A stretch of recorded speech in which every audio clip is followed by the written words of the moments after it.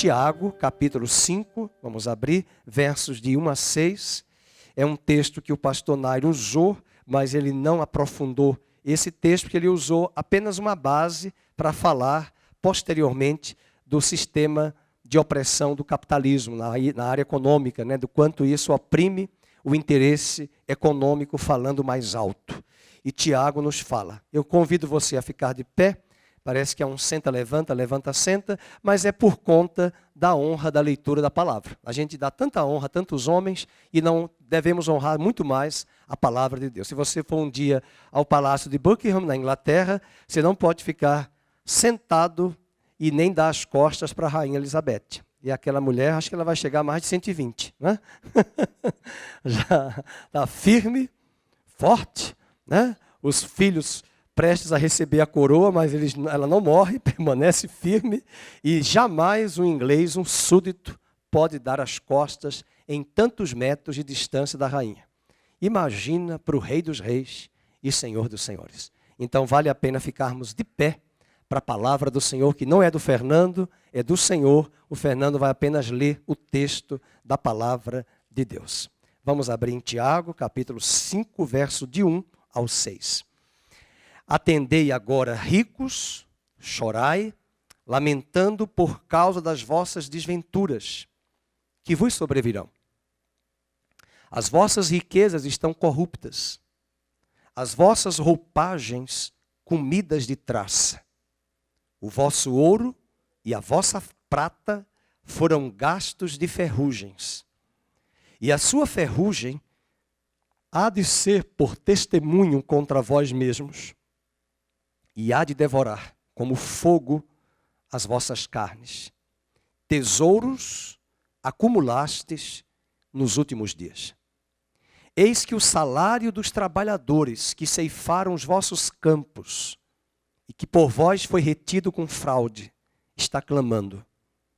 E os clamores dos ceifeiros penetraram até aos ouvidos do Senhor dos Exércitos.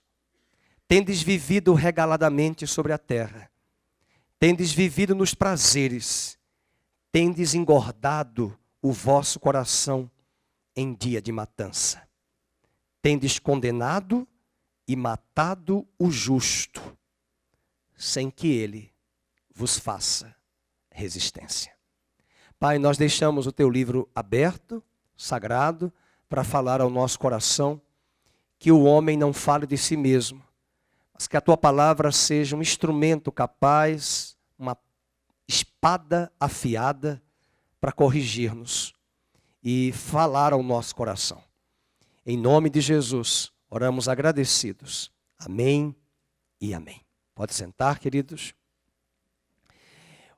O tema hoje da nossa pregação, porque nós estamos estudando Tiago durante esse mês de novembro e dezembro, é o dinheiro quando o dinheiro fala mais alto.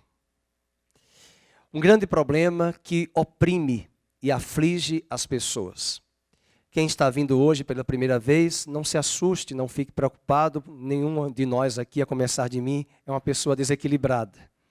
O problema não é o dinheiro. Paulo disse que o amor ao dinheiro é a raiz de todos os males. O problema não é o dinheiro. Todos nós precisamos de dinheiro para comprarmos comida, para trabalharmos, pagarmos as nossas contas. Mas até mesmo existe na Bíblia e no Novo Testamento princípios sobre a mordomia cristã. O cuidado com os bens, os dons que Deus nos deu, e Deus tem dado até a pessoas não cristãs recursos financeiros grandes. E algumas dessas pessoas sabem administrar recursos. Nem todos sabem. Às vezes eu fico impressionado como certas pessoas, grandes empresários, que têm muitos recursos financeiros. Algumas delas, além de saberem administrar, elas também têm um coração compassivo, misericordioso, um coração dado a ajudar aqueles que necessitam. Hoje de manhã nós comentamos acerca dessa passagem sobre aflição. Por isso que Tiago falou no versículo de número 13, do capítulo 5. Leiam agora. Está alguém entre vós o quê? Sofrendo. E muitas das aflições que nós estamos sofrendo no Brasil hoje é devido a uma grande recessão econômica. É devido a uma grande crise financeira. Que bom que eu e você podemos estar até gozando de algo positivo na nossa vida. Não estamos passando tantas privações, mas essa não é a realidade de muitas pessoas que estão aí fora. Nós ainda temos um índice de aproximadamente 12 milhões de desempregados, fora os que estão na informalidade do mercado de trabalho. Por outro lado, nós podemos perceber até hoje quantas pessoas, a partir desse texto, ainda são instrumentos das trevas para oprimir, reter recursos onde poderiam transmitir parte desses recursos, pagar os salários dos seus trabalhadores em dia. Eu lembro até hoje, na década de 90, quando nós tínhamos, em 80, 88, 89, 86, quando nós tínhamos o overnight, os overnight. Alguns nem sabem o que é isso, porque muitos dos jovens aqui não viveram a inflação. Nós colocávamos o dinheiro à tarde no banco, havia aquele fundão de investimento e fazia um overnight, quer dizer, virava à noite, no outro dia estava um juro acumulado maravilhoso na conta. Todavia, entretanto, porém, a inflação, o dragão, roubava. E eu não vou aqui lembrar, mas quando eu li aquele livro daquela jornalista Miriam Leitão sobre os 25 anos da moeda, o real, ela compartilhou e eu me lembrei da época da Tsunami, da tabela, quando nós íamos para o mercado verificar os preços. Mas nós chegamos a ter inflação no Brasil a mais de 1000% ao ano.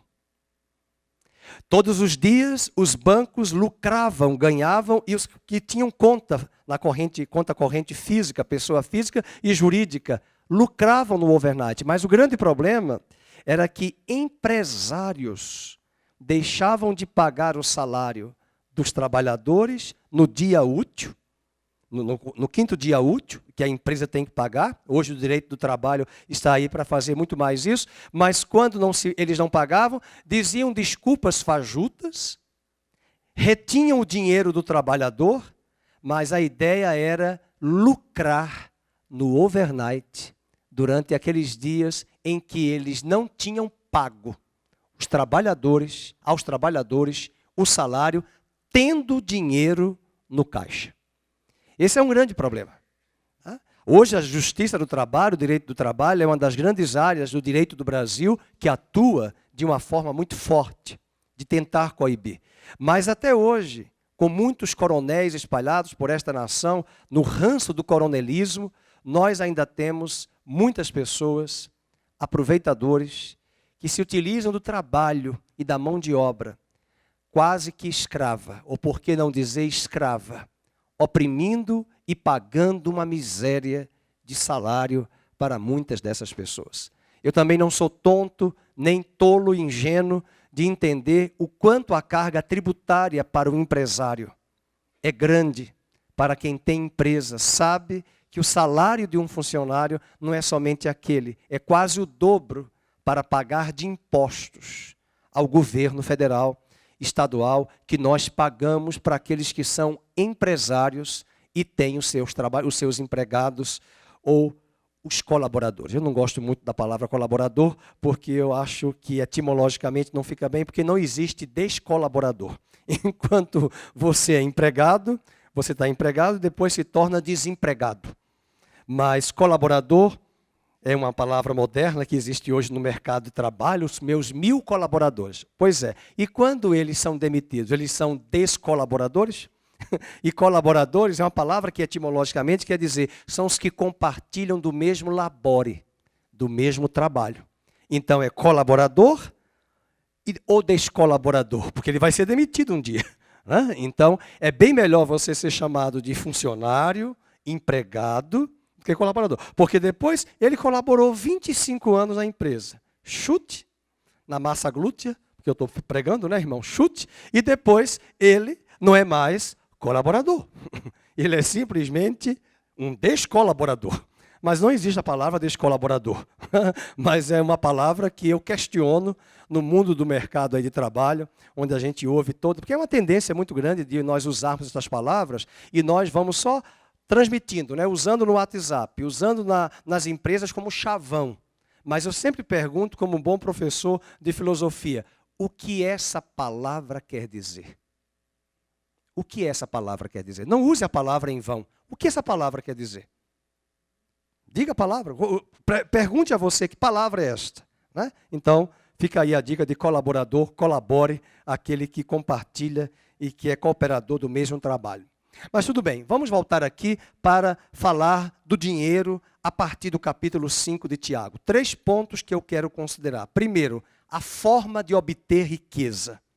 Segundo, a maneira dos ricos usarem suas riquezas.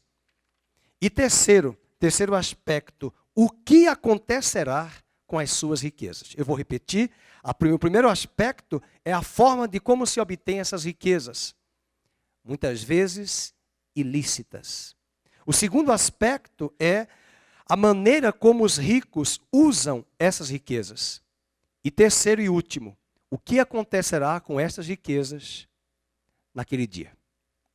Vamos voltar para o primeiro. É a forma de obter ou para fins ilegais que o Evangelho e o livro de Tiago, a carta, nos condena acerca disso. Por exemplo, veja o versículo 4.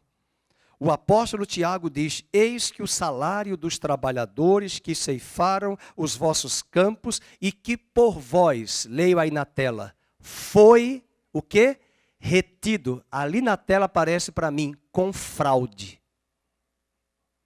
Então o problema está em como obter essas riquezas e a finalidade para fins ilegais, ilícitos.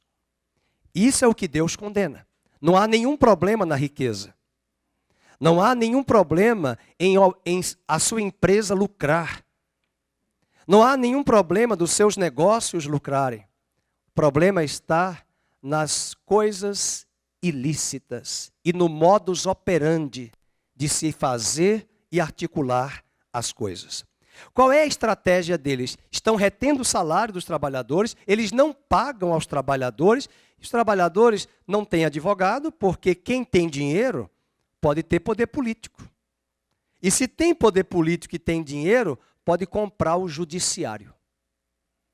Eu não sou Deus para saber, mas eu queria ser uma formiguinha para saber o que se passa em certas instâncias, nos tribunais, principalmente na Suprema Corte.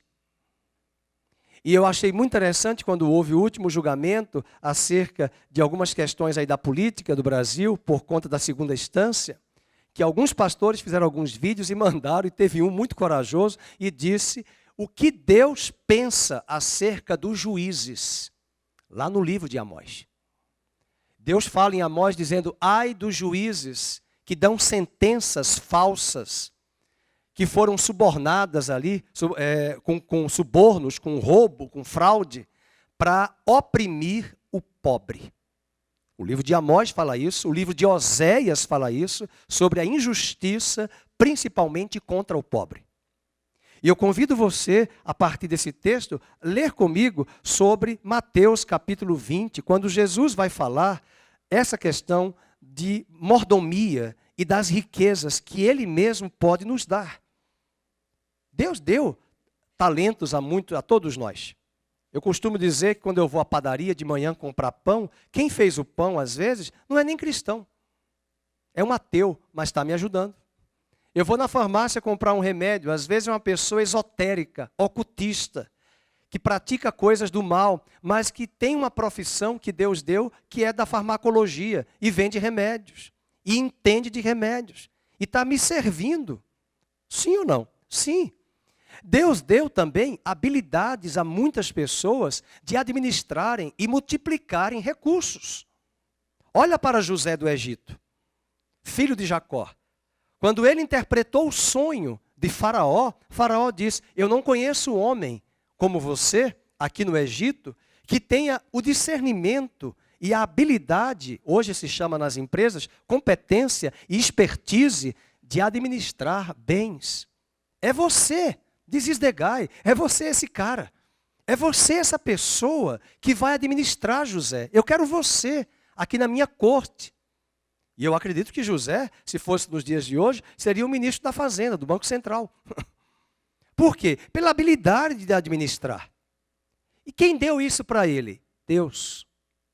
Deus também dá aos ateus. Veja, por exemplo, em Mateus capítulo 20, verso de 1 a 16. Mateus 20, verso de 1 a 16.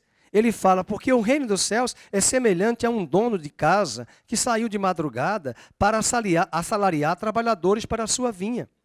E tendo ajustado com os trabalhadores a 1 denário por dia, mandou-os para a vinha. Saindo pela 3ª hora, viu na praça outros que estavam desocupados. Olha aí, os desocupados. E disse-lhes, ide vós também para a vinha, e vos darei o que for justo. E eles foram. Tendo saído outra vez, perto da hora 6ª e da 9ª, procedeu da mesma forma. E saindo por volta da hora 10ª, encontrou outros que estavam desocupados e perguntou-lhes, por que estivestes aqui desocupados o dia todo? No Instagram, no WhatsApp, nas redes sociais. Responderam-lhe, porque ninguém nos contratou. E uma coisa que aconteceu positiva na crise que o Brasil enfrenta. Quantos empreendedores no Brasil surgiram? Sim ou não? Com essa crise, quanta gente? Essa semana eu chamei uma pessoa para fazer uma cotação aqui de limpeza de ar-condicionado e ele era engenheiro formado, engenheiro elétrico, lembrei até do pastor Felipe, entende de elétrica. Mas ele disse que trabalhava numa grande empresa, a empresa fechou, demitiu. O que ele faz agora? Limpa aparelhos de ar. Monta, instala aparelhos de ar-condicionado. Um empreendedor. Né? Abriu uma MEI, um microempreendedor aqui no Brasil, e ele presta serviços com a nota fiscal, né? Emitindo nota fiscal, e está aí ganhando o seu dia a dia, com o seu trabalho, com sua expertise, que Deus deu. Deus deu a ele. E ele tem multiplicado, tem feito o seu trabalho. A crise, a recessão, ajudou a muitos a despertarem talentos, dons que Deus tem dado. E aqui não importa se você é cristão ou não, até os ateus. Aliás, eu conheço muita gente ateu que é mais ocupada do que muitos crentes desocupados, preguiçosos. Tem uns que ficam, deixa a vida me levar, a vida leva eu, no Zeca Pagodinho. Porque não tem o discernimento de tomar uma posição e aprender uma frase muito importante que nós devemos lembrar. A cada um aqui, Deus deu talentos. Aprenda a ganhar o seu recurso financeiro com aquilo que Deus tem lhe dado. Hoje em dia eu falo para os jovens, não se prenda a uma profissão, um diploma só. A geração do meu pai, a geração de 40 anos atrás, 50 anos, você tinha um diploma. Se aposentava com aquele mesmo trabalho, na mesma empresa, com aquele mesmo diploma. Hoje, com os saberes interdisciplinares, o mercado de trabalho exige em profissionais que seja bom em algo, mas que tenha know-how e expertises em outras áreas e vai se flexibilizando para trabalhar até em outras áreas, na própria empresa e não apenas na função da Gabriela. Gabriela é que eu nasci aqui, eu vou morrer aqui e vou ficar aqui. Você vai se adaptando, você vai se adequando. Mas você é bom, você não é bom em tudo. Eu não sou bom em tudo. Você não é bom em tudo. Mas você tem. Essa semana eu estava lendo o Estadão, o jornal, e eu lembrei até do Renan e de outros que são formados em TI. Quem é formado aqui em TI e em computação? Levante a mão. Aqui você que pensam, né? E o Renan também e outros. Mas eu fico pensando, quantas pessoas... Aí eu estava lendo um artigo de um rapaz, lembrei até do Caio, né? Que o Caio é formado em publicidade. Eu lembrei de esse rapaz de 24 anos, está lá no país da Polônia, uma grande empresa contratando brasileiros formados em TI, em computação, porque está faltando mão de obra lá para as startups, para os aplicativos, para as ferramentas na área de TI na Polônia, salários de 5.000 euros, com estabilidade para ficar, no mínimo, 5 anos na Europa, na Polônia. E aí o rapaz dizia, eu nunca pensei que eu ia ficar trabalhando, vindo da Polônia. Eu queria Estados Unidos, hoje estou na Polônia. 24 anos. E ele está recrutando outros jovens do Brasil que têm que ter formação em TI. Agora, põe o pastor Fernando para trabalhar na TI. Vai ser uma negação. Mas cada um no seu quadrado, né? Cada um na sua área. A minha área é a área de humanas, mas tem áreas de exatas, há áreas da saúde. Mas hoje, os saberes, eles são muito interdisciplinares. Tem empresas hoje de publicidade que ela tem profissionais de exatas, de humanas e de ciências da saúde. Porque todo conhecimento hoje é importante. Eu pergunto, qual é aqui o cidadão que está nesse culto hoje que não tem talentos? Deus te deu talentos. Amém, queridos? Eu não estou num velório não, né? Eu estou num culto, amém? Eu estou num culto. Deus te deu talentos. Então vamos aprimorar esses talentos. Tá bom? Eu sabia que tem uma mulher no livro de Atos que ela era costureira. Ela morreu. E a Bíblia diz, Dorcas, e a Bíblia diz que a igreja primitiva orou, a mulher já tinha morrido, já estava na pedra para ser sepultada. E a Bíblia diz que o povo chorava e chamaram o apóstolo Pedro, que estava ali próximo à região de hoje, até Tel Aviv, lá em Israel. E eles, vamos chamar Pedro, porque ela morreu. E por quê? Por que eles queriam que ela ressuscitasse? Sabe por quê? Porque ela costurava para os membros da igreja. Vai no shopping ver quanto é hoje uma costura fazer uma barra. Ontem eu estava lá, discuti até com a moça, minha filha, eu vou montar uma costura aqui nesse shopping, na minha casa, que é R$100 para fazer uma barra de um vestido. Não tem condições, eu vou montar. Até discuti lá com a mulher, fechei o semblante, um absurdo. E o ajuste lateral, e aqui no vestido, na barra e o ajuste, R$100. A Cidinha está ali para desmaiar.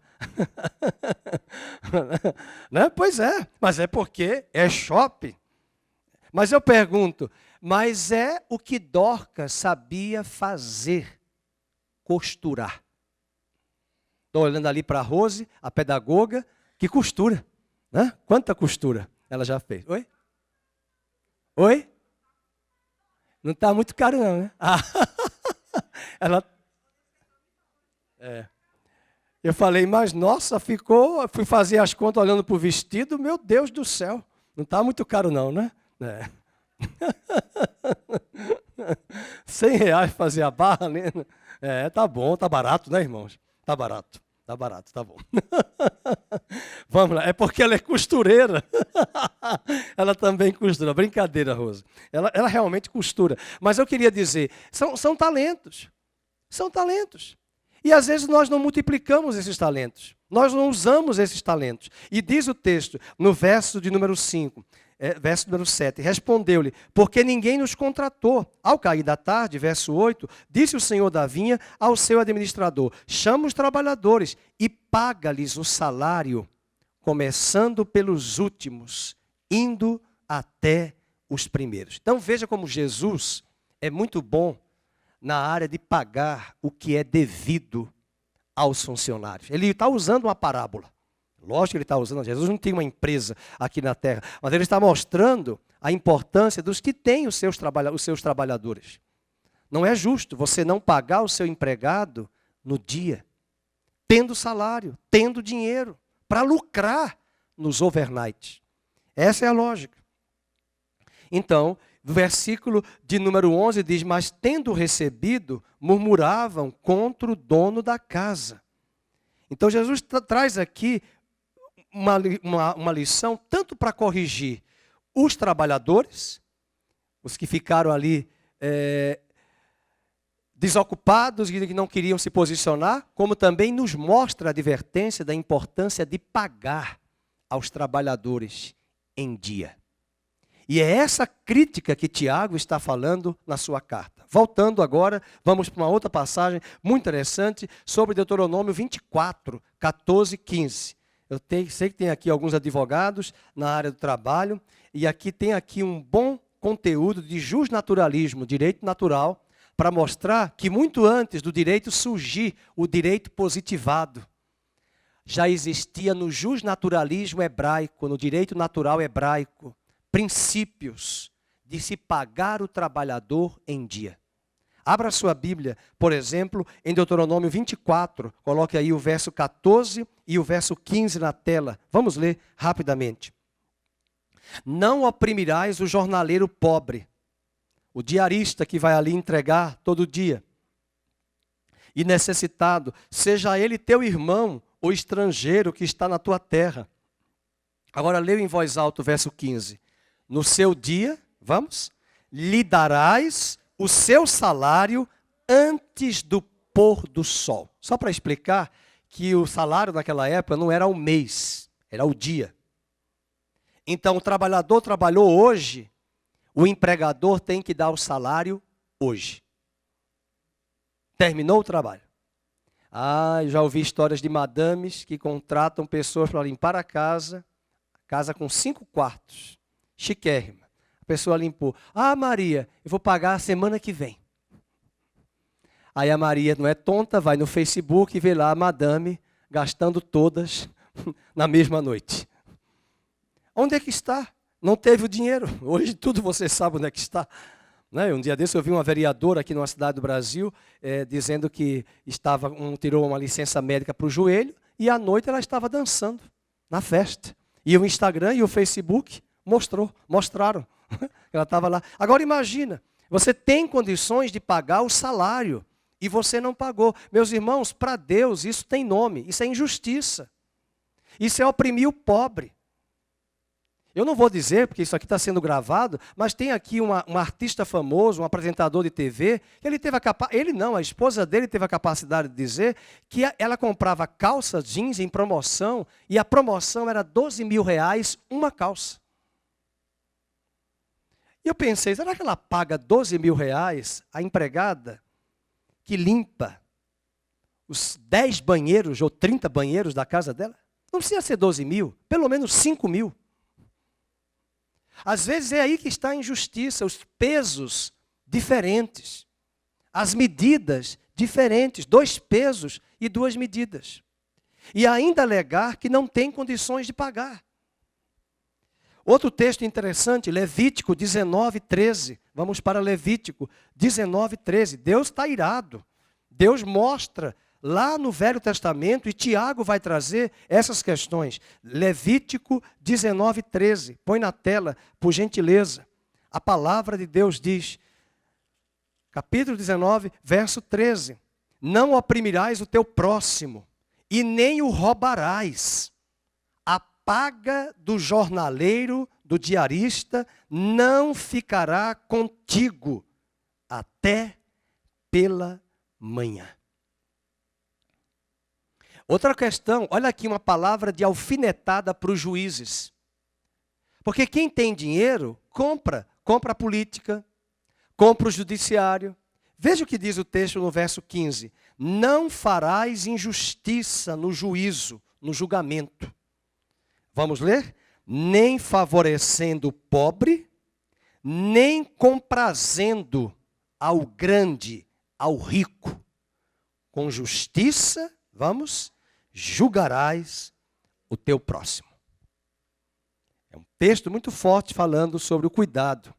Daí a necessidade de entender que alguns até controlam os tribunais, porque compram com dinheiro, compram políticos. Veja agora uma outra passagem à luz disso em Jeremias 22:13. Jeremias 22:13. A palavra de Deus nos diz. Jeremias 22:13. Diz a palavra. Vamos ver aí na tela.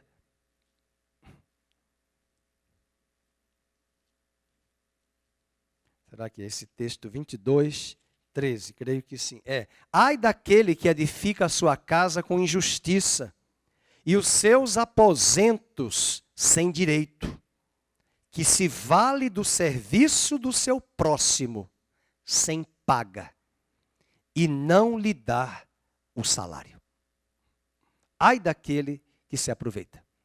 Às vezes, nós queremos, até no meio evangélico aqui nosso, nós queremos chamar o irmão que trabalha e pedir para que ele faça de graça. Não, é o trabalho dele. Ele tem conta para pagar. Hello. Chama a cantora dela aí, hello. Ela tem que pagar as contas. Tem alguém aí a pagar? Tem alguém aí para você pagar as contas. Como é que você vai usar o trabalho do irmão e ele tem que fazer de graça na sua casa e no seu escritório? Não. É o salário dele, é o trabalho dele, ele precisa disso. Outro aspecto aqui importante, vamos abrir em Deuteronômio 17, quando Deus criou os tribunais e mandou Israel estabelecer juízes, levantar juízes. Quem é aqui do direito, pega essas passagens aqui, são muito importantes para entender como Deus ama o direito. Aliás, o Salmo 89 é uma coisa muito bonita, o Salmo 89 é Deus falando com Davi, e Davi diz assim, a justiça e o direito são a base do trono de Deus. A justiça e o direito são a base do trono de Deus. Deus ama a justiça. E até tem uma cantora aí que gravou um CD há muitos anos atrás, o advogado fiel. Jesus é advogado. 1 de João diz que se nós confessarmos a Ele o nosso pecado, Ele é fiel e justo porque Ele é o nosso advogado. Aquele que pega de um lado e nos leva diante do juiz e nos dá a sentença, não de condenação, mas de isenção de culpa. Vamos para Deuteronômio 17, verso de número 8 a 13. Olha aí, vamos ver. Que Brasília escute o que nós vamos ler agora. Deuteronômio 17, que o STF, o Supremo Tribunal Federal, o STJ, diz assim, a palavra de Deus a partir do verso 8, quando alguma coisa te for difícil, demais em juízo, entre caso e caso, de homicídio e de demanda, e de violência e violência, e outras questões de litígio, então te levantarás e subirás ao lugar que o Senhor teu Deus escolher. Virás aos levitas sacerdotes e a quem? E ao juiz que houver naqueles dias. Inquirirás e te anunciarão a sentença do juízo e farás segundo o mandado da palavra que te anunciarem do lugar que o Senhor escolher e terás cuidado de fazer consoante tudo o que te ensinarem, segundo o mandado da lei que te ensinarem, de acordo com o juízo que te disserem farás. Agora leiam. Da sentença que te anunciarem, não te desviarás, nem para a direita, nem para a esquerda. Ou seja, permaneça firme. Não se venda no judiciário. Não se deixe corromper pelo dinheiro dentro do tribunal. Deus está falando isso para que não houvesse o quê? Favorecimento aos ricos, enquanto estes oprimiam os pobres. Bem, um dos grandes escândalos que tivemos aqui na América no geral, do Watergate, nos Estados Unidos, de um grande escândalo financeiro que levou o presidente Nixon à renúncia. Mostra também essa crise da corrupção, aí aqui no Brasil, principalmente nos últimos anos, o que nós temos visto com a Operação Lava Jato. Outra questão, Levítico 19, 15. Levítico 19, 15.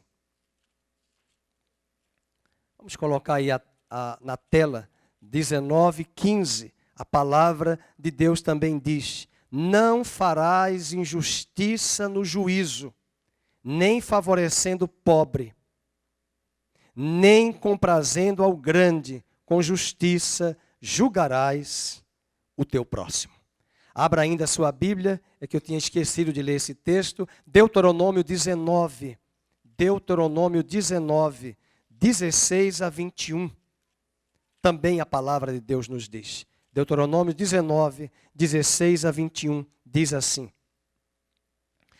Quando se levantar testemunha falsa contra alguém para o acusar de algum transvio, então os dois homens que tiverem a demanda se apresentarão perante o Senhor diante dos sacerdotes e dos juízes que houver naqueles dias. Agora leio em voz alta o 18. Os juízes indagarão bem. Se a testemunha falsa e tiver testemunhado falsamente contra seu irmão, far-lhe-ei como cuidou fazer a seu irmão, e assim exterminarás o mal no meio de ti. Ok? Então, esse é um texto importante mostrando da importância dos juízes. Mas, queridos, eu poderia transitar aí outros textos, mas de onde vêm as riquezas? Abra sua Bíblia no Salmo 50, verso 10. Toda riqueza pertence a Deus. Toda riqueza. Toda riqueza pertence a Deus. Nós somos apenas seus mordomos. E o salmista vai nos dizer que toda riqueza pertence a Ele. Eu já vi muitas pessoas desejando avidamente serem ricas, mas não são nem capazes de sair da mesa e lavar os pratos na cozinha. São preguiçosas. Elas acham que o dinheiro virá facilmente. E esse é um grande problema sério do coração do homem. E Salomão vai dizer, vai ter com a formiga, ó preguiçoso. Quando nós olhamos tantas pessoas que desejam ser ricas, mas não se movem em nada para coisas até práticas, para trazer o sustento para o hoje, mas sempre estão pensando no amanhã. Verso 10, pois são meus todos os animais do bosque, e as alimárias aos milhares sobre as montanhas. São meus, Deus está falando, são meus todos os animais. Alguém já viu uma frase, não gosto muito dela, mas eu, de vez em quando eu dou risada quando eu vejo. Eu sou filho do dono. É alguma coisa assim, né? Eu não sou dono da terra, mas eu sou filho do dono. Alguma coisa nesse sentido. E na verdade, diz o salmista, do Senhor é a terra, e a sua plenitude, o mundo e aqueles que nele habitam. Do Senhor é a terra. Deus nos deu recursos, e o que Ele tem nos dado, que sejamos mordomos para administrar. Vamos ao segundo aspecto, é a maneira como os ricos usam as suas riquezas. Vamos usar agora mais o livro de Provérbios. Vai comigo para Provérbios capítulo 13, verso 11. Provérbios 13, verso 11. Os bens que facilmente se ganham. Olha aí. Os bens que facilmente se ganham, esses diminuem. Mas o que ajunta a força do trabalho terá aumento. Ou seja, o que se ganha muito facilmente, explorando o outro, pode se perder também facilmente. É o que o texto nos ensina. Outro princípio, Provérbios 10, 4. Provérbios 10, 4. Vamos ver? O que trabalha com mão remissa empobrece, mas a mão dos diligentes vem a enriquecer-se. A mão dos que são diligentes, dos que não são acomodados, preguiçosos, mas que se esforçam, Deus faz prosperar. E eu não estou falando prosperar de ser rico, mas ter as necessidades básicas supridas. Vamos para Provérbios 23, verso 4. Provérbios 23, verso 4, a palavra de Deus diz, olha aqui essa ideia de eu quero ser rico. Né?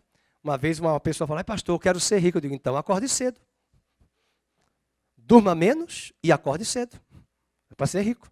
Eu conheço muita gente rica que só dorme 4 horas por dia. 4 horas. Eu acho interessante, as pessoas falam mal dos Estados Unidos, mas os Estados Unidos, como todo país, tem seus defeitos. Mas é o país que tem o melhor modelo de democracia. Um dos grandes livros mais lidos no mundo, né, não estou falando da Bíblia, mas dos livros de história, que vale a pena ler. Eu esqueci o nome, estava tentando lembrar o nome do livro aqui, lembrei, depois fugiu a mente. Vou tentar lembrar. É de um Alex de Tocqueville, o autor. Um livro que já tem quase 100 anos. Ele fez um estudo entre França e Estados Unidos e mostra por A mais B que o país mais democrático do mundo são os Estados Unidos. Quando alguém vem falar agora nessas ordens de crise, essas crises de bipolaridade no Brasil, de política, ora, todo mundo do planeta quer ir para os Estados Unidos. Não estou falando todo mundo, você e eu. Eu não quero sair daqui, mas eu quero dizer, as pessoas que vão para os Estados Unidos é porque aonde elas estavam, elas perderam tudo, o país faliu. Elas querem ir lá por quê? Porque lá tem trabalho. E lá se paga bem pelo trabalho.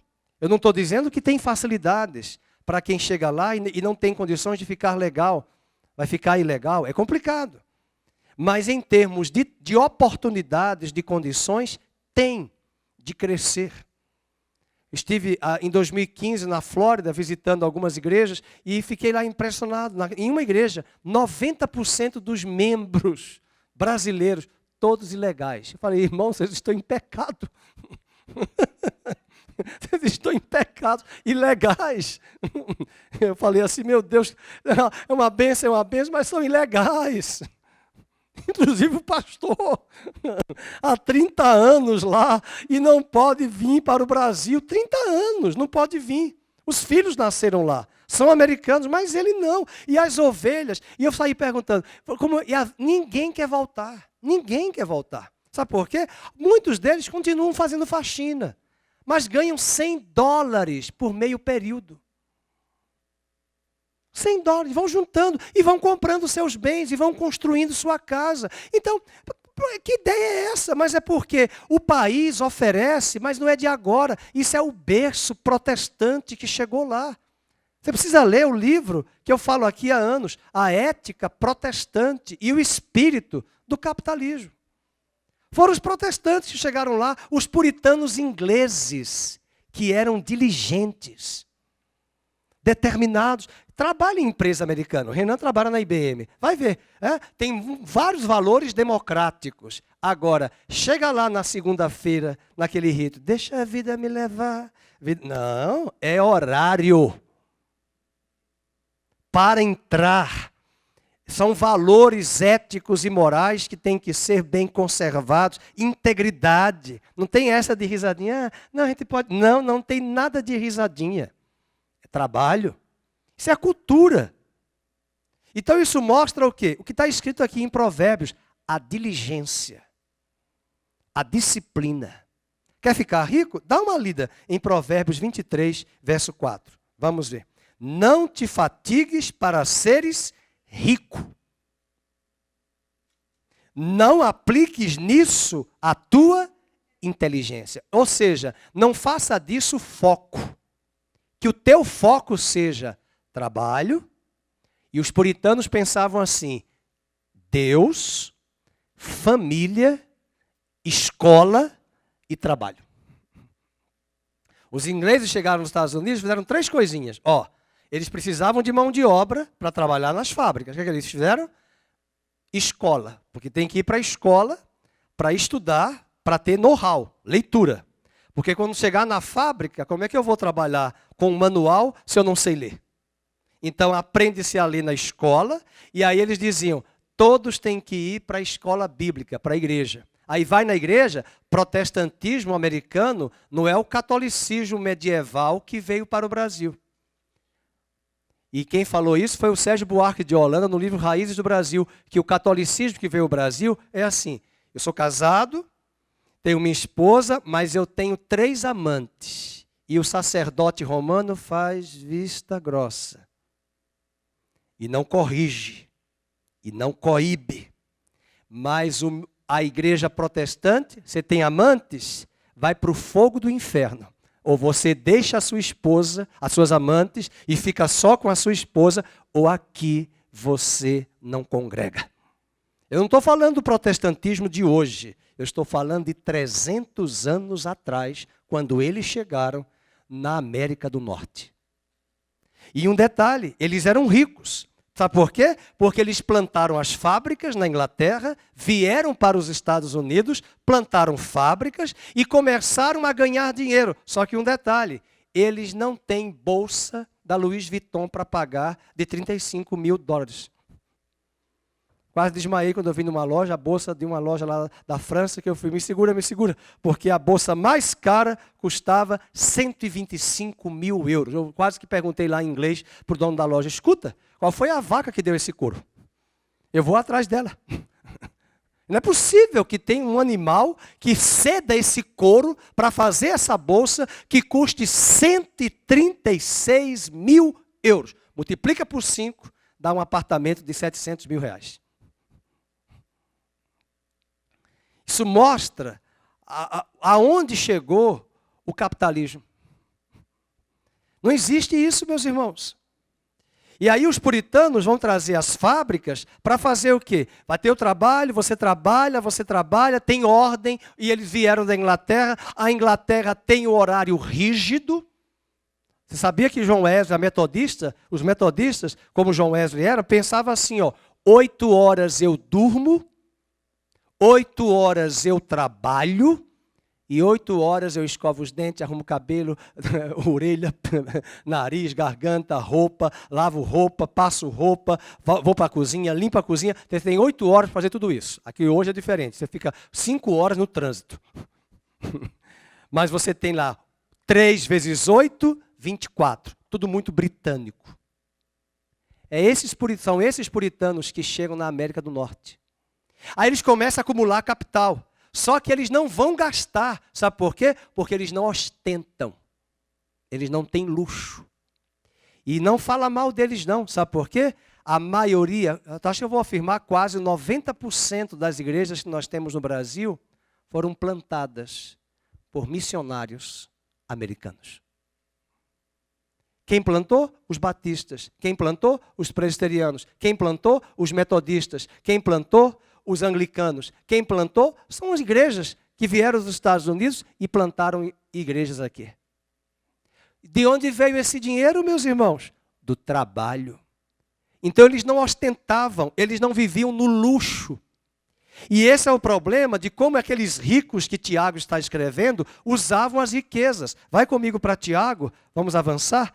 Em Tiago, capítulo 5, ele vai nos dizer como é que eles viviam, como é que eles usavam essas riquezas. Versículo 5, tendes vivido regaladamente sobre a terra, tendes vivido nos prazeres, tendes engordado o vosso coração. Eu até anotei aqui, lendo de um material que eu recolhi essas informações, de o que um grande homem empresário, um árabe, deixa eu ver, o que é que ele tinha ajuntado, acumulando. Deixa eu ver onde eu tinha colocado. Aqui, era um sultão, dono de petróleo, na Arábia Saudita. Ele tinha 19 Cadillacs, 2 Porsches, 6 Mercedes, uma lancha de $40 mil. Eu sei que esse valor de 40 mil é fichinha para grandes coisas que alguns têm aqui. E eu pergunto, com tantas essas riquezas, tanto acúmulo de bens, se nós sondarmos a forma como ele lida com os seus funcionários, com seus empregados, nós vamos ver a precariedade de salário e a realidade dele numa vida de ostentação. Veja, por exemplo, o capítulo 5, versos de número 6. Como vocês vivem regaladamente, vocês têm condenado e matado o justo.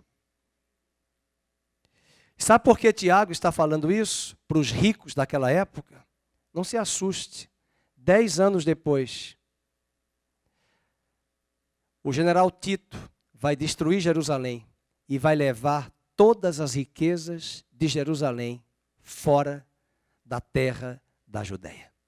Até o templo de Jerusalém era coberto de ouro, que Herodes mandou colocar. E muitos daqueles ricos que Tiago está afirmando, oprimindo, muitos deles perderam todos os seus bens e foram levados para Roma quando Tito destruiu Jerusalém no ano 70 depois de Cristo. Então, o segundo ponto é a maneira como os ricos usavam as suas riquezas. Eles acumulavam essas riquezas no versículo de número 3. Leiam comigo, verso 3. O vosso ouro e a vossa prata foram gastos de ferrugens. Como esse sultão aqui. Você acha que esses carros não vão ter um dia ferrugem? Não vão enferrujar? Eu conheci uma pessoa da minha família que ganhou uma fortuna quando saiu de uma grande empresa aqui do Brasil, não vou citar nomes, está sendo gravado, mas ele recebeu um valor de R$700 mil de direitos quando ele saiu dessa empresa. Ele comprou um carro de R$300 mil. E meu irmão havia dito para ele, mas esse carro vai desvalorizar. né? Só que, na verdade, ele poderia comprar o carro, o dinheiro é dele, mas tinha outras necessidades que ele precisava muito mais. Mas o foco foi isso. E hoje, com todo esse dinheiro que recebeu, que dava para comprar um bom apartamento, ele tem passado situações de aperto financeiro por falta de sabedoria. As ferrugens. Ele está falando dessa ostentação, e a sua ferrugem há de ser por testemunho contra vós mesmos, e há de devorar com fogo as vossas carnes. E ainda diz, o que me chama a atenção é o verso 5, tendes vivido regaladamente. E esse é um grande problema. Tiago vai nos dizer, Timóteo, Paulo vai falar a Timóteo, vamos abrir em 1 Timóteo, capítulo 6, só voltar um pouco aí atrás, o pastor Edson leu para nós, hoje à noite, quando abriu o culto, 6,17.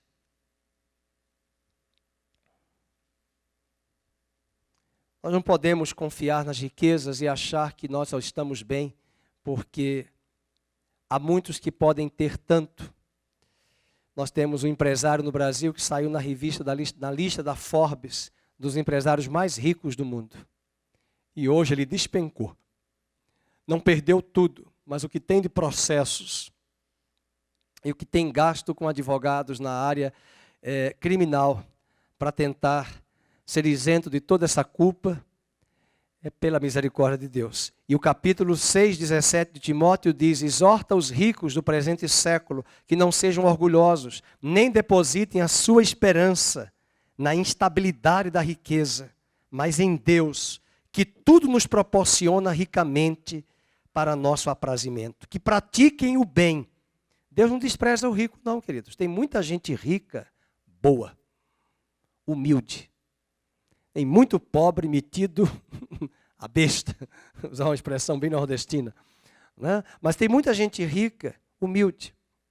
Um homem que vende carro aqui na Norozimo Maia me falou, uma vez deixei de vender 2 carros caríssimos aqui na Volks, porque chegou um homem empresário de sandália havaiana, todo sujo de barro, e eu olhei para ele, não vai comprar nem fusquinha, quanto mais um carro. E, na verdade, o outro que ele foi dar a opção estava de terno, bem elegante. Não levou nada, porque quando foi olhar o CPF, só tinha dívida. E o outro que ele desprezou e chamou um amigo, vê aí para esse senhor aí, né? Ele pagou à vista, no débito, 2 carros, os mais caros da Volkswagen. E ele disse, nunca mais eu vou julgar alguém pela aparência. É sério. Às vezes nós olhamos, às vezes tem muita gente rica que não ostenta. Eu já vi pessoas aqui que têm recursos, que uma vez eu estava na Norte Sul e me falou, pastor, está vendo essa pessoa aqui? É um homem riquíssimo, olha como ele está andando, de Gol. Tudo bem, era um carro blindado, mas de Gol. Porque se ele andar de Mercedes-Benz, dos carros que ele tem na garagem para poder andar, ele tem até helicóptero. Mas ele não queria andar porque ele é muito simples, ele gosta de andar na rua. O irmão me falou, conheço ele, pastor. Ele anda nesse carro. Na maior simplicidade. Isso mostra o coração de tantas pessoas que podem ter tanto, mas não são dentro desse padrão que Tiago e Timóteo, Paulo está falando a Timóteo. Veja o versículo de número 19, 18, que sejam generosos em dar e prontos a repartir. Que acumulem para si mesmo tesouros sólidos, fundamento para o futuro, a fim de se apoderarem da verdadeira vida. E ele está falando do fundamento sólido do Evangelho e da graça de Deus. Bem, quero finalizar falando sobre o terceiro ponto. O que acontecerá com essas riquezas? Versículo 2 e o versículo 3 diz que elas desaparecerão. They will disappear. Elas desaparecerão. No versículo de número 11, aliás, no versículo 2 da carta de Tiago, do capítulo 5, volta comigo para Tiago 5, verso de número 2. As vossas riquezas estão corruptas, as vossas roupagens comidas de traça, o vosso ouro e a vossa prata foram gastos de ferrugens, e a sua ferrugem há de ser por testemunho contra vós mesmos, e há de devorar com fogo as vossas carnes. Sabe o que Tiago diz? Palavra dura. Tesouros acumulastes nos últimos dias. E são esses tesouros. Tem um ditado popular que diz que o dinheiro fala mais alto, né? É verdade. Mas o que é que o dinheiro vai nos dizer no dia do julgamento? No dia do juízo final. Se o dinheiro fala mais alto, e no dia do julgamento, onde todos nós compareceremos diante de Deus. Essas riquezas desaparecerão e, se usadas indevidamente, Tiago vai nos dizer, ela vai corromper o nosso caráter. Versículo 3. E a sua ferrugem há de ser por testemunho contra vós mesmos. Tiago está falando numa metáfora, dizendo que essa ferrugem que o dinheiro traz, do acúmulo dos bens que vão se enferrujar, numa metáfora, traz ferrugem ao nosso coração quando nós nos deixamos vender ou nos vendemos aos valores podres e vis do sistema deste mundo. Outro aspecto é que o desperdício que o dinheiro pode nos trazer de uma grande oportunidade preciosa. Às vezes você tem a condição, a oportunidade não ajuda. E quantas pessoas podem partir desta terra? Lembrei daquela parábola que Jesus conta, daquele homem que juntou muitas sementes no celeiro. E ele disse, ó alma, veja como você está rica hoje. Olha quantos bens você tem. E Jesus falou na parábola, louco, hoje pedirão a tua alma. E na parábola que Jesus conta, diz que ele morreu naquele dia, novo, numa vida tão breve. E para quem ficaram essas riquezas? Com quem essas riquezas, aliás, para onde essas riquezas foram destinadas? Ele não pôde usar e administrá-las para um fim devido, diante de oportunidades preciosas. E eu encerro com Provérbios 19, 17. Vamos abrir Provérbios 19, 17. Tem um ditado popular que vocês me corrijam, eu não lembro como é que dizia, quem dá ao pobre empresta a Deus, né? Meu pai dizia, está na Bíblia, eu nunca li esse versículo, mas está na Bíblia de outra forma. Vamos ler Provérbios 19, 17. Quem não lê a Bíblia diz assim, está na Bíblia, tudo está na Bíblia. Eu falei, onde é que está na Bíblia? Faça a tua parte que eu farei a minha. Onde é que está na Bíblia isso? Eu nunca li. Faça a tua parte que eu farei a minha. Não está na Bíblia. Já li a Bíblia várias vezes, eu nunca encontrei esse versículo. Faça a tua parte. Agora, realmente, esse versículo popular, esse texto popular que diz quem dá ao pobre empresta a Deus, é mais ou menos o que está aqui em Provérbios 19, 17. Vamos ver? Quem se compadece do pobre, ao Senhor empresta, e este lhe paga o seu benefício. E aqui nós não somos ingênuos. Jamais nós devemos dar algo a alguém pensando em recolher da própria pessoa que nós demos. Salomão diz diferente. Lança o teu pão sobre as águas. Depois de muitos dias, receberás. E muitas vezes nós vamos receber de outras fontes aquilo que nós semeamos para outras pessoas, até em outras áreas.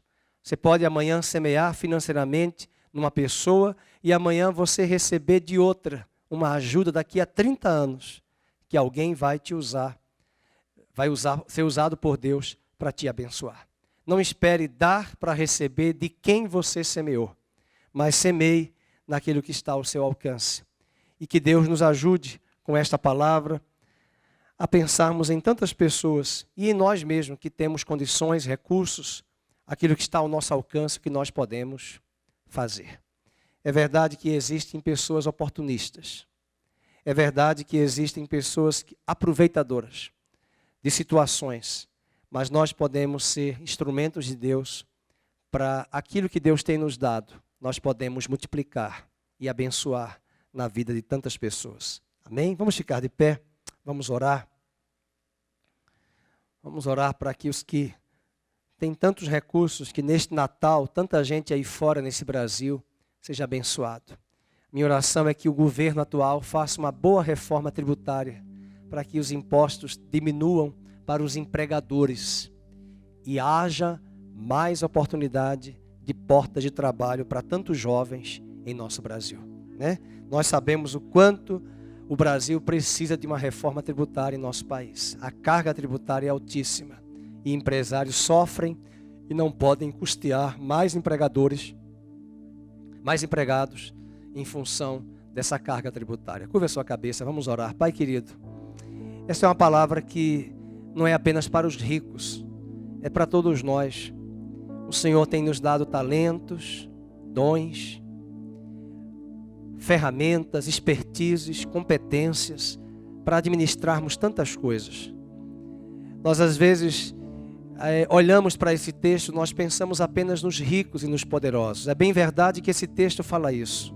Mas nós oramos hoje à noite para que o Senhor traga sensibilidade ao coração desses poderosos, onde eles podem fazer tanto para o teu reino, tanto para a tua causa.